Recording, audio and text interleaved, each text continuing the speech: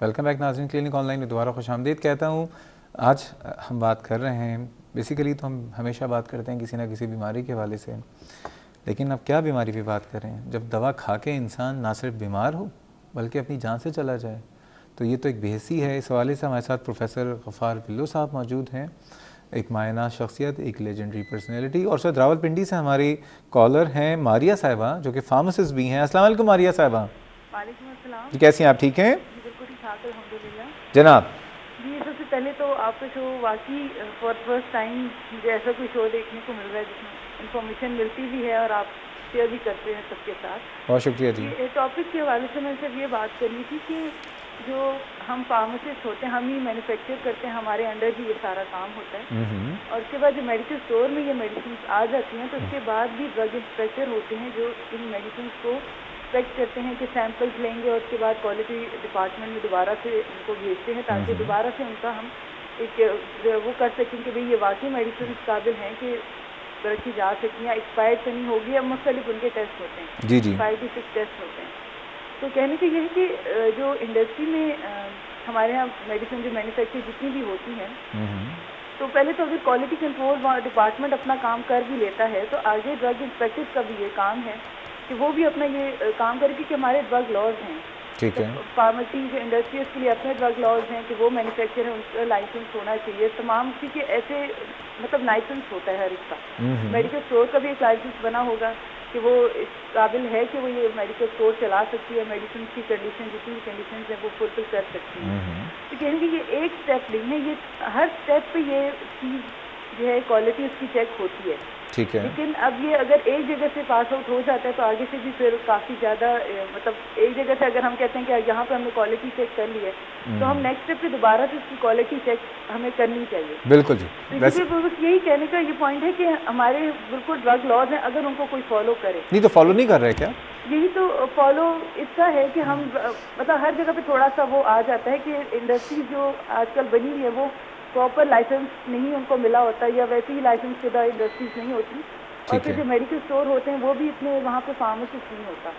मतलब एक है, ये हमारा ही काम है, फार्मासिस्ट का ही काम है कि वही मेडिकल स्टोर को भी वो चलाए और मेडिसिन का तमाम कंडीशन को फुलफिल करे। और सेकेंडली इंडस्ट्री में भी जो है वो भी फार्मासिस्ट को अंडर कंट्रोल उसके काम। ठीक है जी, बहुत बहुत शुक्रिया मारिया साहिबा। हर शाख पे उल्लू बैठा है, देखिए अंजाम में गुलिस्तान क्या होगा? यही होगा, यही अंजाम हो रहा है कि दवा ले रहे हैं इंसान के बीमारी से जान छूटे, अपनी ज़िंदगी से जान छूट गई। कि इन्होंने सही कहा कि फार्मास्यूटिकल कंपनी ने अगर दवा बना के उसकी क्वालिटी कंट्रोल से श्योर करा के मार्केट में दे दी है, अब ड्रग इंस्पेक्टर का भी तो काम है कि ये तो ना कर, हो सकता है कि कोई दूसरी 2 नंबर कंपनी वही दवा उसी सैंपल के साथ मार्केट में फेंक रही हो। ऐसा होता है? यही हो रहा है, यही हो रहा है। ये जो 2-3 एग्जाम्पल मैंने बताया वो वही हैं। अच्छा, ये बताइए, आज़ाद कश्मीर से जो कॉल थी और अभी ब्रेक पे जावेद साहब की कॉल आई है, और उनका भी मसला ये था कि उनके बच्चों को एपिलेप्सी है, 3 साल से दवाइयाँ दे रहे हैं, दवाइयाँ मुस्तनद दवाइयों के नाम उन्होंने बताए, उन्होंने भी बताए। उन्होंने कहा कि हमने अपनी ड्रग लेवल भी चेक करवा लिए। ठीक है, तो क्या देंगे इन दोनों को मशवरा? इनको मशवरा यही है कि एक तो ये है कि कॉम्पिटेंट डॉक्टर हों जिसकी जिम्मेदारी में वो इनका इलाज हो, कॉम्पिटेंट डॉक्टर्स जिनको पता हो कि मिर्गी का इलाज कैसे करते हैं, नंबर 1। नंबर 2 ये है कि जो ड्रग दिए जाते हैं वो इनका जो डोज दिया जाता था वो वज़न के हिसाब से दिया जाता है कि इतने मिलीग्राम पर किलोग्राम बॉडी वेट दिया जाता है। तीसरा ये है कि इनका लेवल ब्लड में चेक करना ज़रूरी होता है, जो फिट्स कंट्रोल करने के लिए ज़रूरी हो, उस लेवल पे मेंटेन करें।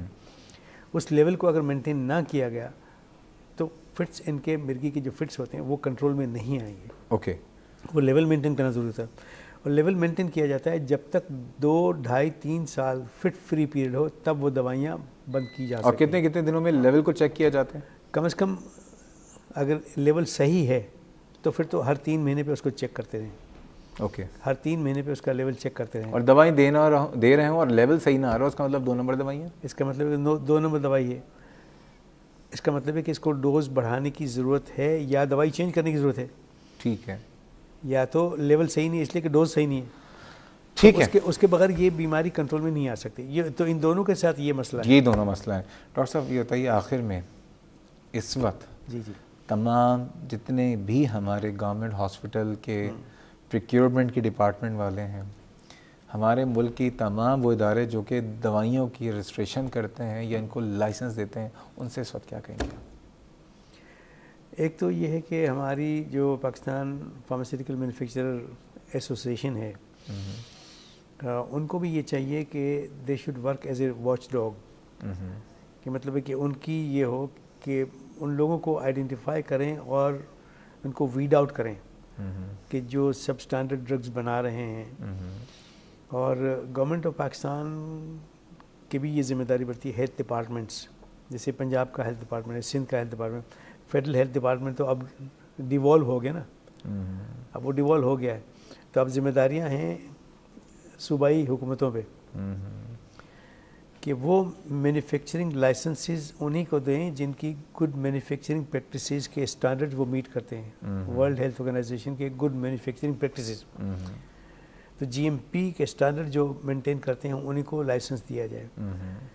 फिर जो ड्रग मैन्युफैक्चर हो रहे हैं उसकी क्वालिटी कंट्रोल मेंटेन की जाए दोनों लेवल पे भी, ठीक है, फैक्ट्री लेवल पे भी और डिस्ट्रीब्यूशन लेवल पे भी, ताकि डिस्ट्रीब्यूशन पॉइंट से अगर कंटेमिनेंट हैं या नंबर 2 मेडिसिन मिल चुकी हैं तो उनका भी पता चल जाए। और परचेजिंग का मैकेनिज्म जो है वो ट्रांसपेरेंट हो, बिल्कुल सही, कि सिर्फ एक यार्ड स्टिक यूज़ ना करें कि सिर्फ जो सस्ती दवा है वही ली जाएगी। ठीक है, बिल्कुल सही। डॉक्टर साहब बहुत बहुत शुक्रिया, आज आप इस प्रोग्राम में आए।